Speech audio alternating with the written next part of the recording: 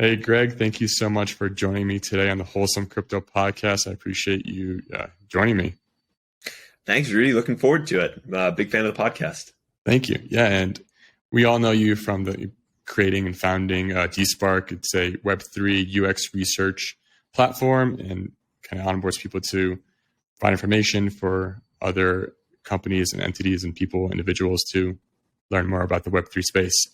But before we get into all that and fun jazz and what you do and Despark does, I want to know more about what Greg was doing before ever hearing about crypto or Bitcoin or anything of those sorts. Yeah, definitely. I think, at this point, with Despark being around for, 4 or 5 months, less maybe, that's most of my history. So a lot more to talk about there than in the Web3 world.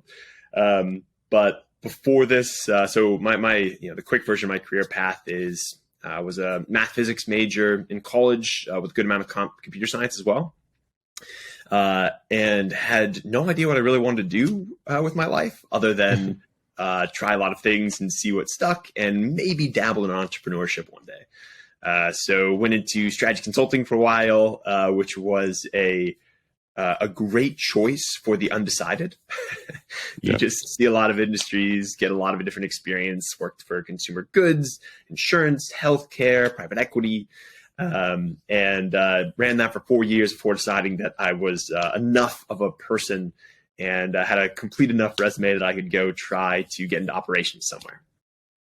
So at that point, searched around and dove into a company called Simply Safe here in Boston.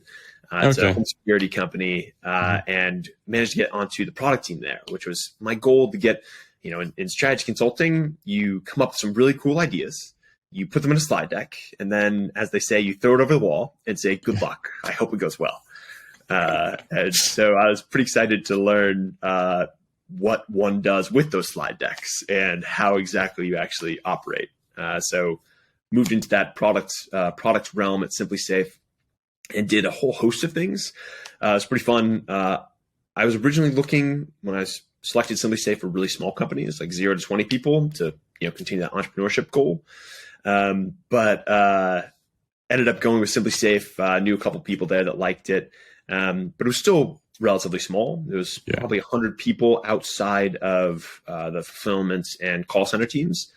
And my team was 3 people, and I reported to the CEO, which was really cool. It's really exactly what I wanted. So moved up from kind of a hybrid strategy product position over my 5 years there to being a director of product, and really learned the whole gamut of how to build things, how to decision making as you're building products, and then this past September, finally made that leap into Despark. But it was really a formative period there. Yeah, and it's so nice because sometimes being in those types of companies, you really get a good feel of what it means to be an entrepreneur and like, oh, I could do this, or hell no, this is just not for me. I don't want to be the decision maker. I don't want to deal with this stuff at all. And it's a great opportunity that you had that. But during this time, has like crypto, Web3, or I guess when did you even hear about Bitcoin? Was this even on your radar? It was actually around the time that I started at Simply Safe. I was pretty late. It was probably like it was summer of 2017. I remember. That bull market, yeah.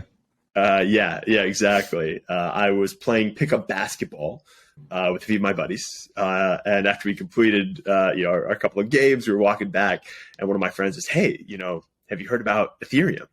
And I was like, "Oh, like vaguely, I know the name, but not much beyond that." And so he's telling us what a cool tech it was and how he had like put a bit of money into it and that we should go check it out. And so, that night and that weekend, spent the time, diving into what it was and really actually trying to understand it for the first time, and learned a ton. And, me and the 4 of the buddies we'd play basketball with all ended up putting some money in and kind of doing the trading aspect. Nice. Yeah. Of the Bitcoin. Getting your feet wet. Yeah, exactly. And then late December, we decided there was no way it could keep going up. And so most of us sold most of our holdings and got out right around the peak of the market, which we were so excited about and thought we were geniuses until, 4 years later when everything was 10x that price, or at least 2 or 3x. But now you're still a genius because it's almost back at that price. So right, exactly. I guess it depends on the time frame. That's tough. That's the fun part. It's like everyone has to get into it in the beginning for the money aspect. That's what you see. That's what you learn. That's what you like feel the most. Like, oh, I put money in. I made some. Great. But hopefully you don't really realize it until you sell. But if you're like an evangelist like me, like, oh, crypto is a future of currency. It's a future of money. 1 ETH is 1 ETH. Bitcoin's 1 Bitcoin. Totally. Doesn't matter what the USD price is. Then who cares? Yeah. It's funny how we all go through such a similar journey there. It's exactly. It was 2020 when I really started using it for more than just trading in currencies and similar than that. Yeah. So what were you doing when you start to realize, oh, there is tech behind this, there's use cases behind this? Like, started getting really more into a rabbit hole of how you can use crypto to develop. Yeah, totally. Really, I think it was summer of 2020, DeFi summer, pandemic, started to explore just a little more in that area.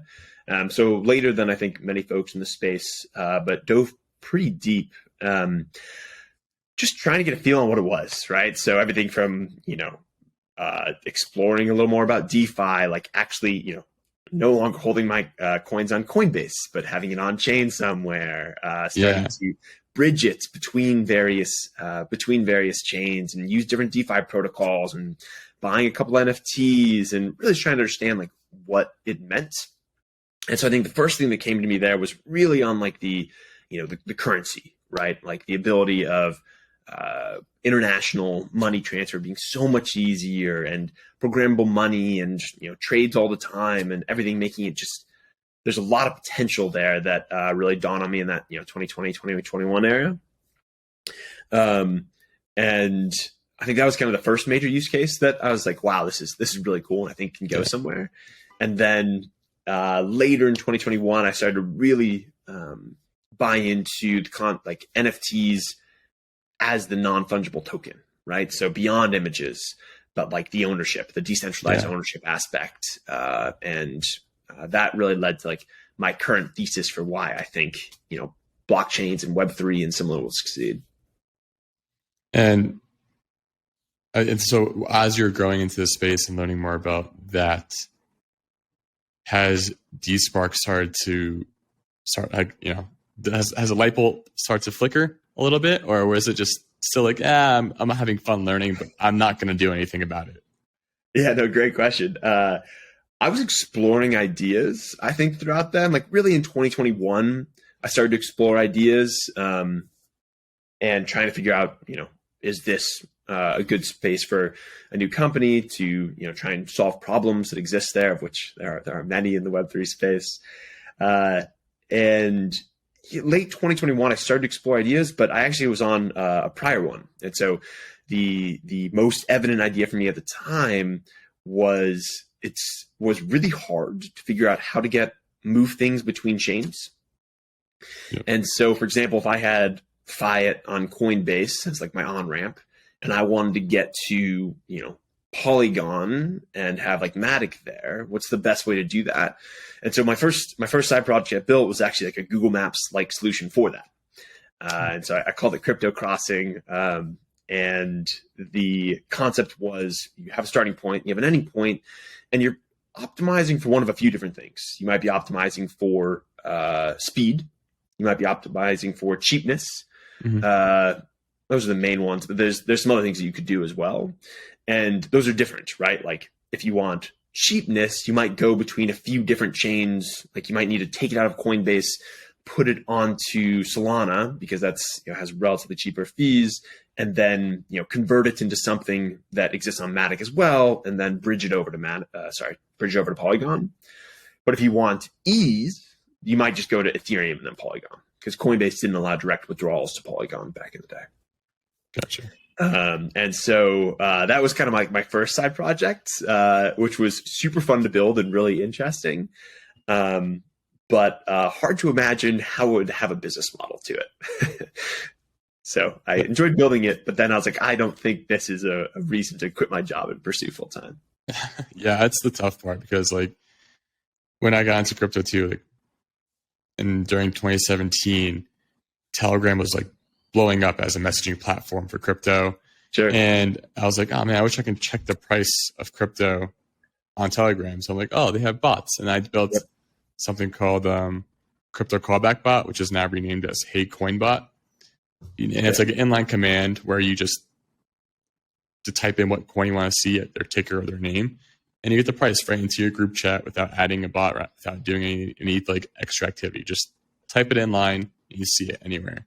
That's really cool. It's a fun project, but yeah, I didn't make any money off it. Burned plenty of hours trying to fix it and debug it. I'm still paying like $5 a month to run the server. Sure. But it was fun. It was such a fun experience to learn and really like be part of the community.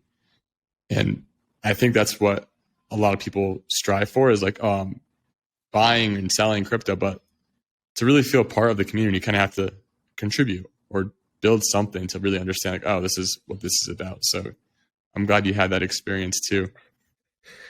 Yeah, no, totally agreed. It's that contribution, the content creation or like software creation or whatever it might be is such an important part. And I think that really helped me understand a little more about like how everything works and what the possibilities were.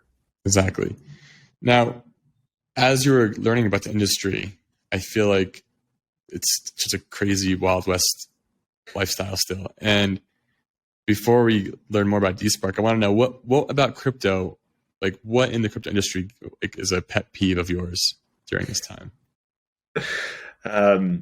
Pet peeve. I think it's a little generic, but the thing that annoys me most is just the volume of scammers and the volume of just dishonesty in the space. I think there's obviously a number of reasons that it annoys me. Like one, obviously there's so much spam on Twitter, right? It's so hard to get to like real stuff there.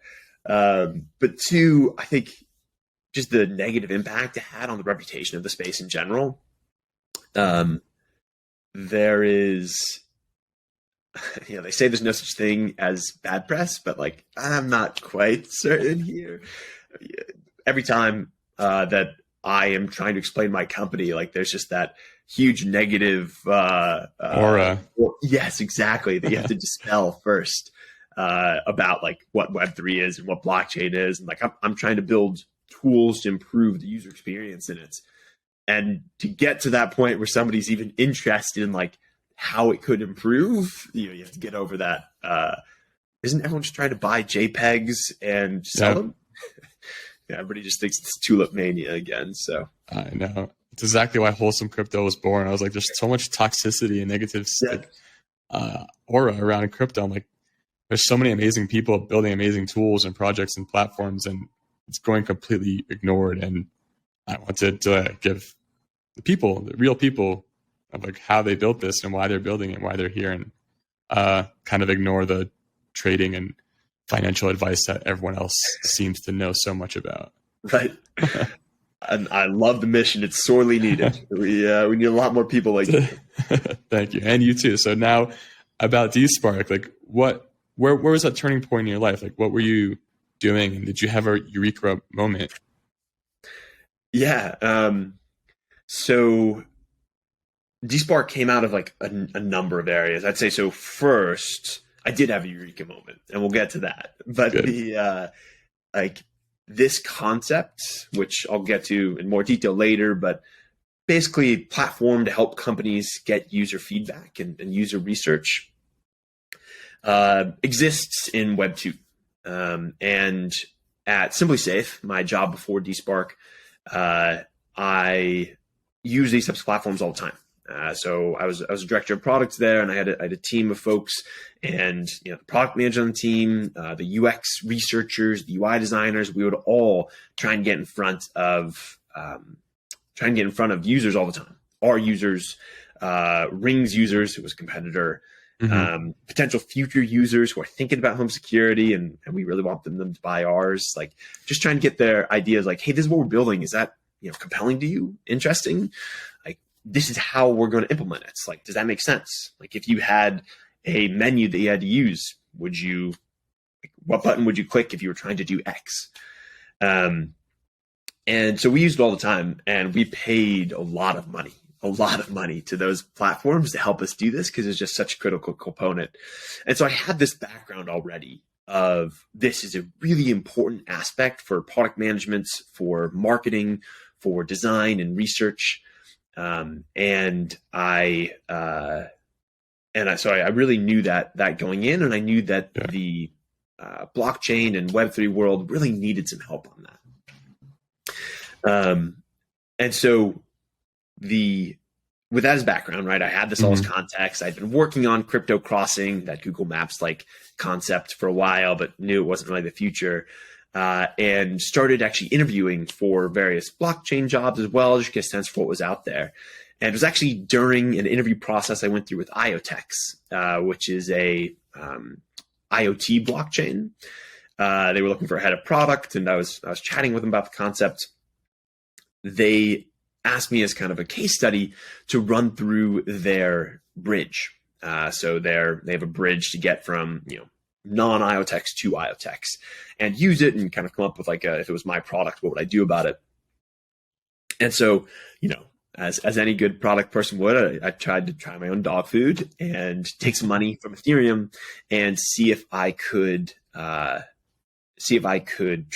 it to IoTex and how that went. And like any new bridge, I'm not singling out IoTex here, it went poorly. There's just so many new things that you have to do whenever you're bridging something. You have to figure out what wallets are on either end. Do you own the wallets? Like, maybe I should send a test transaction first. Like, what is the exchange rate? Like, there's just a ton of areas that are scary. Yeah. That makes sense. And so it took me probably 30, 40 minutes, but I eventually succeeded, and kind of came back to them with that concept of you really need to work on your onboarding. Like, there's a lot of things that can get a lot better here and help new users, succeed. And so as I was talking with them about that, I was like, so why, I'm sure you guys thousands of things to do, but why haven't you had a chance to do this yet? Or are you looking to do that in the future? And they were saying, well, that's why we're hiring this position. We know that this is the case, that we've been focused on kind of power users and we want to onboard new users. But now is the time that we are ready to hire more product people, more marketing people, and similar, and actually work on those concepts. And so that's when it really went off. It's like, this is the start of the more than engineering era of Web3 and blockchain, where it's not just engineers building whatever they can as quickly as they can. Great things, but not necessarily user-oriented things. It's going to be the product folks bringing in and a greater focus on user experience. And that means that they'll need a lot more user feedback. And it's like, that was really this is the time they need more user feedback and user experience, and how can I contribute to it? And that was really what started to lead to despark. That makes complete sense, because now I'm seeing the picture being painted as you're describing it. Because I remember, still today, when I do any cryptocurrency transaction, even if it's bridging or swapping, whatever it is, I'm like, okay, did it go through? Did it go through properly? Let me check on Etherscan. Okay, it's still there. It's pending. Oh my God, why is it still pending? Shit, did I do something wrong? It's just I know what I'm doing, but I'm still this irrational, emotional fear of did I do it right? Totally. So as you're painting... Yeah, and the further afield you're going, the more nerve-wracking it is, right? So if it's a new blockchain, terrifying. If it's a different currency, or if it's a contract you mostly trust but 100% sure, all of that just means and there's a lot of companies out there that are working on making this better, but there's a lot of work to be done still. Oh yeah, and as you're painting this picture, it's showing, oh yeah, user experience is the number one complaint in crypto. It's not easy. It's I have to sit down and think about every step that I'm doing and make sure everything is correct, and make sure every transaction's legitimate and correct. It's I can't just hop on the computer and do it. the most I can do is buy and sell crypto. That's the easiest thing I can do now, which that in itself took a long time.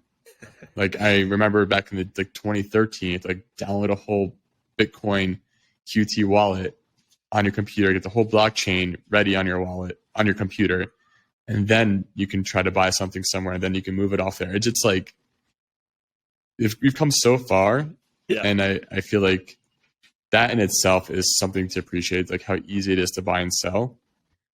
Yeah, but now it's all about how easy is it to actually use, as you said, like it's programmable money. Like how easy is it to use the programs, and how easy is it to interact with different platforms and programs? And slowly getting there. 100%. Yeah, especially as things get further away from the base use cases of like, this is money and I'm changing a type of money. There's going to be, all these, as they say, Lego pieces that are, composable and building on top of each other. And like the further abstracted you are from the money, like it just needs to be so smooth for users to understand what's happening and to like it and to want to use it. So as somebody that believes in a lot of kind of like the decentralized ownership aspects of Web3, the how to use like NFTs, if that's what an ownership represents, or how it's represented, and like that type of concept is going to need to get just so much smoother, and there's a lot of room for that to happen. And so, how is despark solving this? What is it doing today, and what is its goal in the future? That's a great two-part question because what we do today and our goals are there's a long way to our goals. we're gonna be the best thing in the world. So. Today we are a user research platform and user feedback platform for Web3. And so what we do is we help companies run user interviews, run usability testing, quantitative surveys, focus groups, anything like that. And we do that to help them improve their products, test their marketing, test their ideas, concepts, and really just get in touch with users of any type.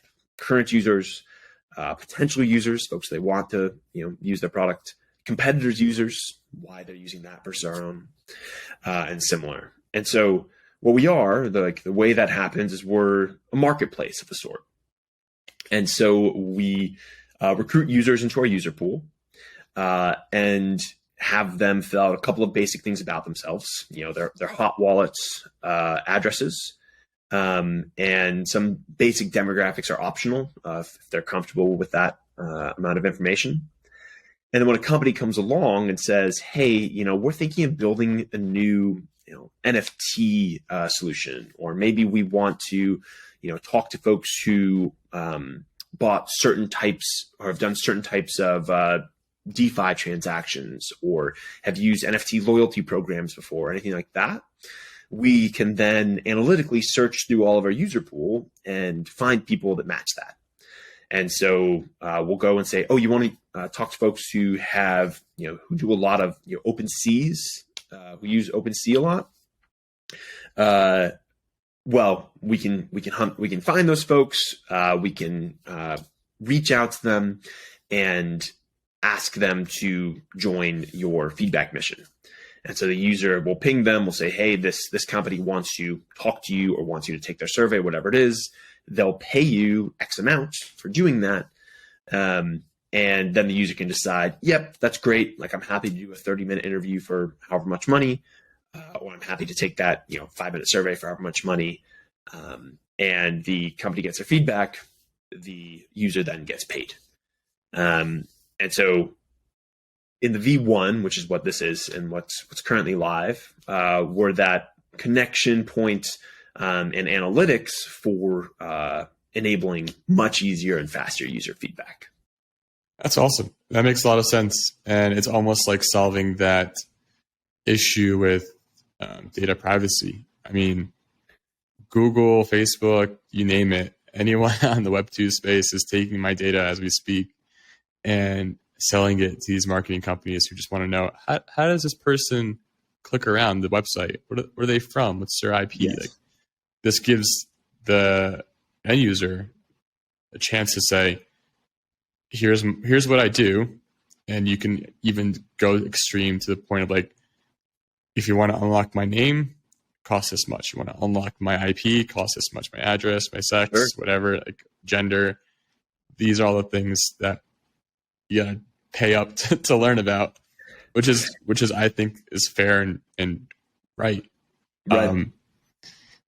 I think there's a ton of opportunity in that space, and I think obviously we have to decide where limits are placed to make users comfortable, right? Like, are we ever going to ask for their full name? No, probably not, because we want to help them maintain that anonymity.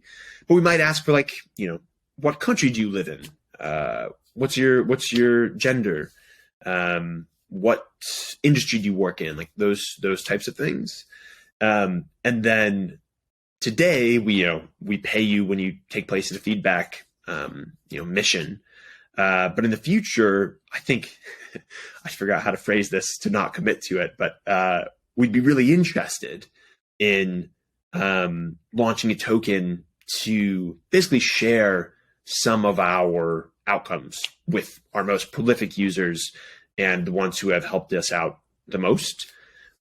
The reason I'm being a little evasive there is just because, doing that in a way that is legally friendly it's hard in the US is hard. And so that's something that like I'm very interested in doing, but I'm unwilling to say we will or commit to until I've talked to a lot more lawyers. Yeah, that's fair enough. And if anyone's ever looked up how to start a token or any currency in the US, it's really not easy and not fun. Yes. But sometimes, again, like you said, like sometimes it might not even be needed in the future, or if it is, you find a great way to solve that or great token economics for it, then awesome. Yeah. So this is currently live, right? Like, can I join up and, hey, I want to start working with despark? Yep. Yeah, absolutely. Yeah. Any user can go to despark.io and sign up as a user, put in their information. We have a few missions up, always looking to find more for companies as well. And then the nice part is, for as long as you remain a user and have opted in and all of that, we can just ping you when something does come up, right? So even if you sign up now and there's only half a dozen missions or whatever that you see, in the future, if things come up, because this is Web3 and because you've given us your hot wallet address, we can just look and see what you qualify for. And then ping you and say, hey, here's the opportunity. If you're interested, take it. If you're not, don't. And we'll go from there. I love it. Yeah. Now that you're living the entrepreneurial life, how are you handling that? It's a big move. It's really hard. I mean, running a podcast is tough. So running a whole new business is also very difficult, much more difficult, I think. But yeah, what's Greg doing to keep himself sane, motivated, and excited, especially now that we're in a more of a bear market? Yeah, I mean, I would say first off, I think running a podcast on top of having a real job is very hard. So lots of credit to you for that. Thank you. The entrepreneurship life is, I'd say, most of all unstructured, right? Like, it is just on you.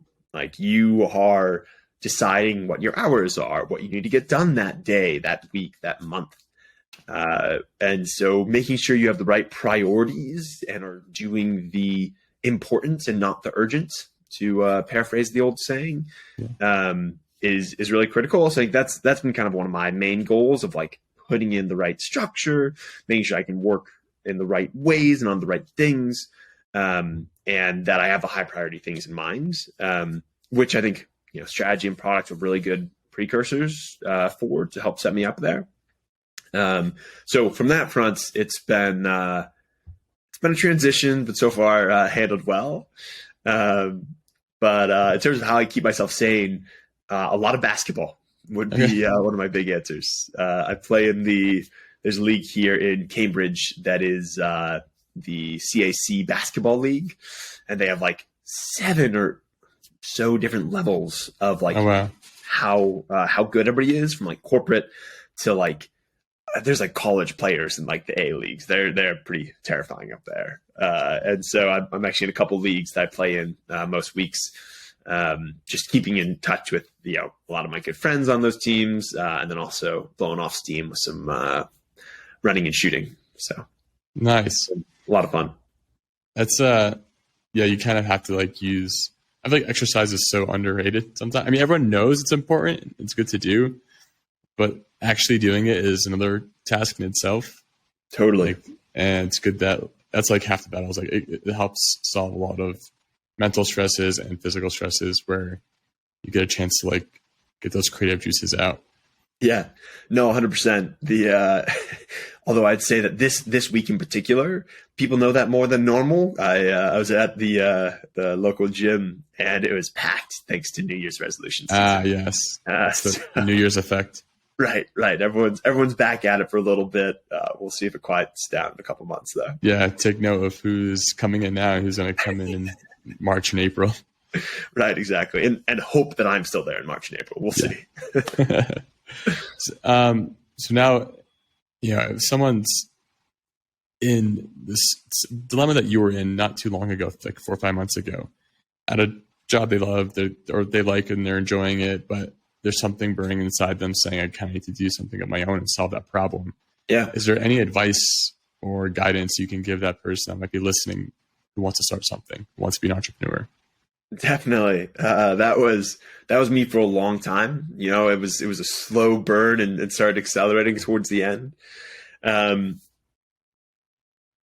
think there are different ways of doing it, right? Like it is an option for it can be an option, depending on your financial situation and others, to just quit and explore and similar and, go from there. And a lot of people do that. And like, I respect that a lot. That is quite the leap. But for me personally, I was a little more risk averse. And so I wanted to really have the idea a little more locked down and kind of know what I wanted to do once I, to leave my kind of stable full-time job. And so the big thing that really helped me was just kind of like make that plan. Like, how am I going to get invested enough in concepts? What am I going to explore? Are there certain areas I like? And so for most of my time since college, I've had some side project that I've been working on that I've been thinking, maybe this could be a business one day. It's not a prerequisite, right? I'm happy to do it. Like Crypto Crossing, which I mentioned earlier, I had a computer vision esports analytics project for a while. Excuse me. That was really fun. And again, was wondering if that could be a full business. And then eventually Despark came out of a side project I started working on to do this user research platform. But that was really, I think, the key for me of like coming up with the area, starting to explore it and really understand it, and then eventually getting to a place where, I did have a little bit of serendipity and being like, yes, I think this is a real concept and real business. But being able to, take advantage of that. It's you got to seek out some doors for opportunities, for the opportunity to strike. And so, deciding to explore crypto, deciding to, work on some things and try and get involved in more communities, just helps you understand where those problems are. Because ultimately, to start a good business, you have to find a problem that you can solve. And those problems are most evident on the bleeding edge. And the bleeding edge is, out in the wild where people are doing things. And so it's, trying to find that ecosystem where you can be comfortable and start exploring and find what becomes your next startup idea is really, I think, the trick. Do you have anyone, I guess, in your family or friends who kind of like was an entrepreneur and kind of helped like motivate that lifestyle, or was this something completely just on your own? In terms of close family or friends, like growing up, not as much, it always been something I was interested in, just from like seeing, as I just tried to understand the world and see what was happening there. over the past decade out of college, absolutely. Right. And so like, maybe I was harboring the idea and desire out of college without, super concrete role models on that topic. Although definitely, a number of folks I knew in the space for sure. Post-college, I've seen a number of friends jump into entrepreneurship, some with great success, some with less so. And that has been really inspiring. And I count on a couple of those folks as friends and advisors and mentors to help me out as I ask questions like, do I need a lawyer? When should my accountant, like, how often should I be working with my accountant? Those types of things. Yeah, I did my MBA in entrepreneurship and innovation. I'm just like, this is like ridiculous. The things you have to like, I mean, I get why obviously there's, legal safety and procedures and, to hold people accountable, but it's just like, I'm just one person just trying to see if this product works. And I have to put all this paperwork with it too. Like, I don't even understand half this documentation, but I guess I got to do it. Yeah. Having mentors and advisors is huge. And yeah, being able to understand that, like, that risk balance is so important, because some things you could get a lawyer for everything, right? You get a lawyer to look over all of your copy on the marketing websites and see if you're technically telling the truth on everything you say. You could incorporate and draw up contracts without a lawyer. All of that's totally technically allowed. It's just kind of like having somebody to bounce ideas off of like, hey, I'm thinking of doing X. I feel pretty good about my like template I pulled off the internet. Like, what do you think? And they're like, yeah, totally. That seems reasonable. We're like, no, that's a really stupid idea, Greg. You should do X. Yeah. And sometimes you need someone to like tell you that because they've probably experienced it themselves and they have something to say about it. Yeah, exactly. Could you even imagine your life now without crypto, without Web3? I think if you'd asked me that 2 months ago, I would have said no. Like, it's so different already, and I just don't know where I would have been. Probably still at my old job, seeking out some source of interesting concept. But like all of the memes on Twitter, my current favorite thing to read about is all the generative AI as well, which has been so cool. And I'm in Web3 for the long haul. Like I'm not about to switch lanes or anything like that. But I think if I had been bored, I would have dove into that a little more as well. New tech has always been in your blood, huh? It's so fun to stay up to date on. Yeah. Any of the AI stuff too is just it's really cool. Yeah. How do you like manage all that? Like, you have a lot going on in your mind. You also have to manage current affairs and crypto. Like, do you spend a lot of time on Twitter and like news forums, or you kind of just like, I'm putting my head down and working? I'm honestly trying to get better at social media and Twitter. It's hard. Thank you for helping me out with that with this podcast. So I'm trying to do a little more about staying in touch on Twitter and reading the news. But I think, one of the nice things is that a lot of crypto is on Twitter and a lot of AI has also been on Twitter recently. It's like, it's kind of been easier to stay in touch on both those things. But also I just have, you miss a lot of up-to-date current events because you're not on Twitter all the time. So, doing my best, but also trying to find that balance. Yeah, there was a period where I was like too heavy into Twitter. I was trying too hard. And then I went on like vacation or something. I stopped looking at my phone. I'm like, oh, like I missed a lot, but I feel fine. I didn't actually need to be looking at my phone this much. And it was definitely a pivotal moment for me, realizing, okay, I can not look at Twitter and just focus on creating good content and meeting good people and building my personal networking community and enjoying that aspect. Totally. Yeah, it's so important to understand like where your personal balance needs to be, because for some people they can do that and it seems healthy. Like they can just stay on 24/7. But for me personally, I need more time away from social media, more time working and spending on my own. So deep work is important. Yeah. So as you're doing your research for despark and like finding what's available in the crypto space, have you found a lot of competitors or different or similar ideas of what you're doing, and how are you handling that? Yeah, great question. Immediate competitors, I have found one marketing website that is just a marketing website that I don't think they're actually pursuing the idea, or if they are, they're taking a really long time to build it. And then there's a lot of competitors in the Web 2 space that are actually moderate substitutes for what we do. Like if you don't care or able to survive without all of the information on chain, right? Like if you just want to talk to somebody who's used crypto once or twice before, right? Really broad strokes, you can probably use some of the existing Web 2 competitors. It's just that despark provides a much more nuanced service, much better analytics and all of that in terms of like everything about that user profile, like what they've done in the past, and can help you find your precise audience a lot better. So there are competitors there, but they're mostly kind of the old guard versus kind of folks doing the same area that despark's focused on. Mm-hmm.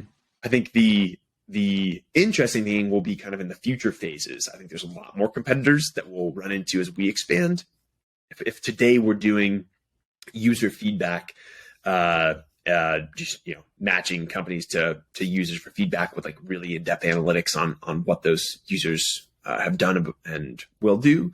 In the future, we're going to be more of a unified vertical user and market research platform. And so in the future, when you log on, if you have a new concept, a new marketing concept, you might log on, or a new product. You log on to despark and you say, hey, I'm interested in kind of this audience. And then you can see how many people are in that audience, what the size of it, what the makeup is, like type of demographics. You can see what the overlap is between that new audience and your existing one, right? Like, are you targeting something that's really adjacent to you, or are they pretty far away? And then you can see, you can leverage that to kind of come up with like okay, this is the rough market size and shape of it. Then maybe you want to launch a survey and understand like quantitatively, are folks interested in your new concept? And then building down farther, then you can talk to those users either from your survey or from that potential new group and like get the actual feedback, right? And so in the future, we become much more vertical. And because of that, that means that there's a lot of analytics involved in like parsing and segmentation. And there's a lot of companies in Web3 that do some analytics of some form. And so while I haven't seen one that's exactly what we're doing, I think there's a lot of folks that, in 3 or 4 years might harbor some similar ambition to despark. Gotcha. That's good. I mean, it's important to be a first mover. Now that you've experienced all the space and you're probably seeing a lot, what's a wholesome crypto moment that you've had, like something that made you feel proud to be part of the community, made you feel happy that like, this is the right place to be, and made you feel good inside? Yeah. I did see this question coming. I have read the name of the podcast before. And after thinking for a bit, my favorite moment was actually to do with the Constitution DAO. Were you involved? Or are you aware of it? Oh. I'm aware. Yeah, I was following that on Twitter. That's pretty interesting. Yeah, just like the brief recap, in case I think pretty much everyone does. Like the brief recap was like somebody wanted to buy one of the dozen or so original copies of the Constitution. Twitter goes wild. In 4 days, they've raised like $4 million to do so, and then the next day they raised another. They went from like 5 million to 40 million in 24 hours or something like that. It was absolutely wild. And so I was part of that. My buddies and I were like all had all donated, and it was a pure donation, right? Like it was just kind of a fun thing to do, to put the Constitution on public display and not have it go to some billionaire's private collection. And so we're all really excited about that. And I think it was just kind of like, it really represented the ethos of kind of crypto and Web3 at the time. But one of the reasons why, like the reason why it's actually my favorite moment was the actual auction itself. And so my fiance and I had some folks over that day to watch, I forget what we were actually doing. We were having some event, and I put on the auction on the TV because I was really interested. That's so funny. Wanted to see if we were going to win. And it's this, it's Sotheby's, right? Or however you pronounce that. And they have, dozens of folks in the audience bidding, and like they go through this whole thing on, before the Constitution, auctioning off a ton of other things, and they finally get the Constitution. And I'm on the Twitter, I'm on the Discord. There's a couple other ways I think people are communicating as well. And the bid starts like 1 million, and we've raised like 42 million or something like that. And it quickly rises, right? Like 1 million goes up to 5 million, jumps to like 20, I think. And like quickly in like the 20s, it gets down to just two people left bidding on it. And the problem was that no one on Twitter, no one on Discord knew who our bidder was. And so there's two people bidding back and forth on this constitution with $20+ million. And everybody is trying to figure out, are we winning or not? And no one has any idea. Oh, wow. So the whole, my whole group of friends is all watching and just cheering on randomly. Oh, we think we're the woman bidder. No, we think we're the man bidder. Going back and forth, trying to figure this out. It raises up, gets like 41 million or so, and stops. And so one of the bidders wins at 41 million. And my friend group, like the news breaks on Discord or Twitter, it was like, we won. Like, we won it. This is us. Like, this is such great news. Like, it happened. And so, my friend group's super excited because, my real life, like, IRL friends in my kitchen are all super stoked watching this happen. So we're all celebrating. And then other news comes in from Twitter being like, no, we lost. And so I remember that. We're going back and forth and trying to figure it out. And 10 minutes later, turns out we lost, and everyone's pretty sad about it. But like the outcome was sad, but like the journey was just so crypto in its nature. Like, trying to do this thing, a bunch of anonymous folks banding together to do it, and like definitely some road bumps in the way, like all of crypto. And regardless of outcome, though, the journey was it was fascinating and so fun to watch. So I think the most amazing part about crypto is the community that it can build. It's a global community, and so like it's finally showing like people want to work together and get things done. Whatever community you want to be part of, it's even buying constitution or like donating to like public goods or just refiguring out how to solve money, or voting. It's so many applications, and there's so many people around the world that can work together, and crypto's finally giving that opportunity for people to actually come together and work together without any intermediary stopping them in between. Yeah. And it's, globalizing so many of these things, right? You can spin up an organization that's global so quickly now, and everyone can contribute money and everyone can contribute code. And it's a whole new world of collaboration. As soon as we solve a bit more of the user experience. Exactly. Well, Greg, thank you so much for joining me. Where can everyone find you or find Despark? Like what's upcoming and what they should get excited about? Rudy, it's been a pleasure. You can find me on Twitter, as I'm working on very, very slowly. It's _EUZZZ. And we are building out a lot of new features on Despark that we're pretty stoked about. Our survey platform's in beta and about to launch, and our analytics are improving day by day. We're